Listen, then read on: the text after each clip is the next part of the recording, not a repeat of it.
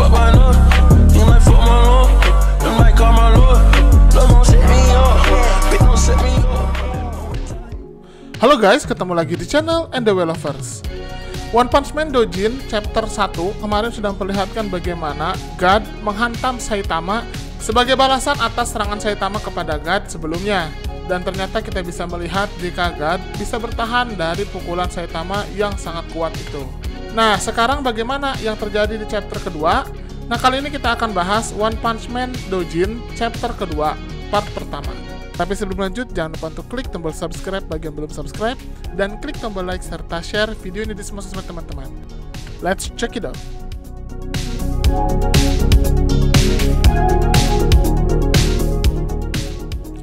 Scene dimulai dengan God yang terlihat kepalanya hancur sebagian. Tapi di situ God terus menekan Saitama dengan pukulannya yang begitu kuat sehingga Saitama masuk ke dalam tanah. Evi yang melihat itu hanya mengatakan tidak mungkin. Bahkan setelah pukulan seperti itu dia masih hidup. God sepertinya mulai serius menghadapi Saitama dan dia mengakui jika Saitama sangat hebat. Dia bahkan mengatakan makhluk yang sangat kuat.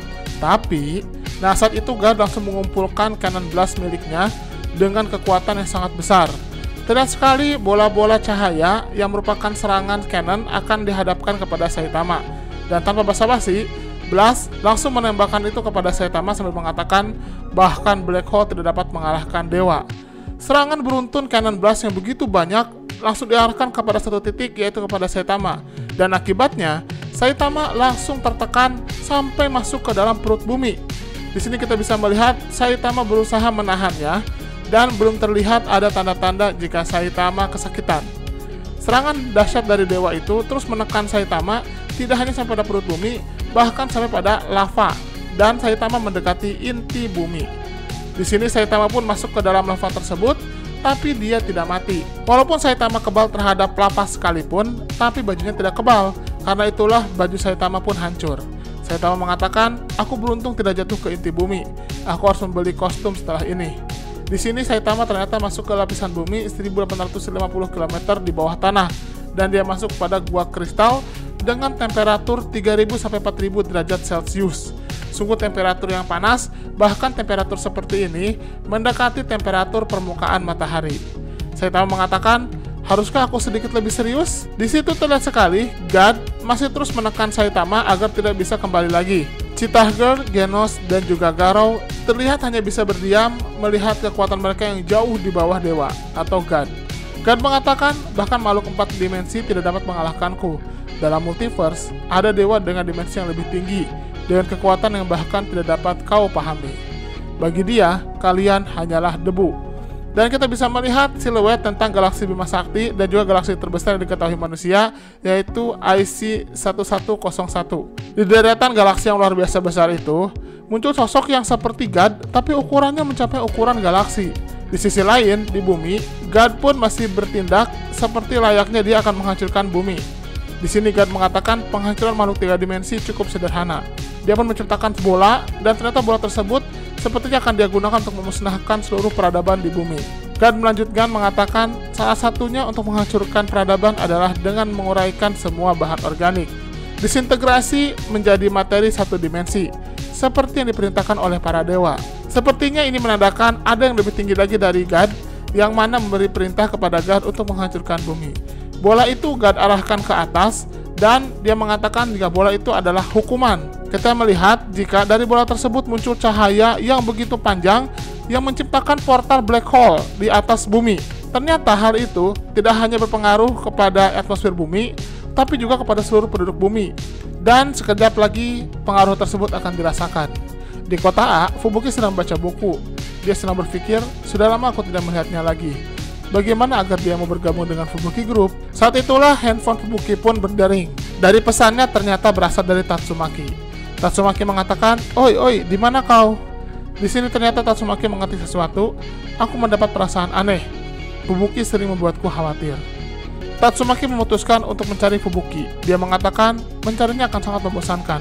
Sebaiknya aku jalan-jalan sebentar. Baru saja Tatsumaki ingin mengambil karet gelangnya, tiba-tiba dia merasakan suatu hal pada tubuhnya. Ternyata tubuhnya terjadi disintegrasi, alias tubuhnya musnah. seperti layaknya Thanos ketika menggunakan Infinity Gauntlet untuk memusnahkan setengah peradaban di alam semesta. Di sini Tatsumaki hanya bisa mengatakan, "Apa? Apa yang terjadi?" Dan saat itu dia pun hilang. Ternyata efek tersebut terjadi pada seluruh penduduk bumi, karena kita melihat di sini Fubuki juga menghilang dan hanya tertinggal handphonenya saja. Bahkan efek tersebut juga dirasakan di tempat lain di bumi, dan yang mengalaminya adalah Blast. Saat itu Blast sedang duduk di suatu tebing, dan dia pun merasakan jika tubuhnya mulai musnah. Dia hanya mengatakan, "Apakah kau akan mengambil hidup orang tua ini? Aku butuh sake." Dan saat itu tiba-tiba dia pun ikut menghilang. Efek ini semua terasa kepada seluruh hero yang ada di bumi, dan mereka pun akhirnya menghilang ke dalam kehampaan.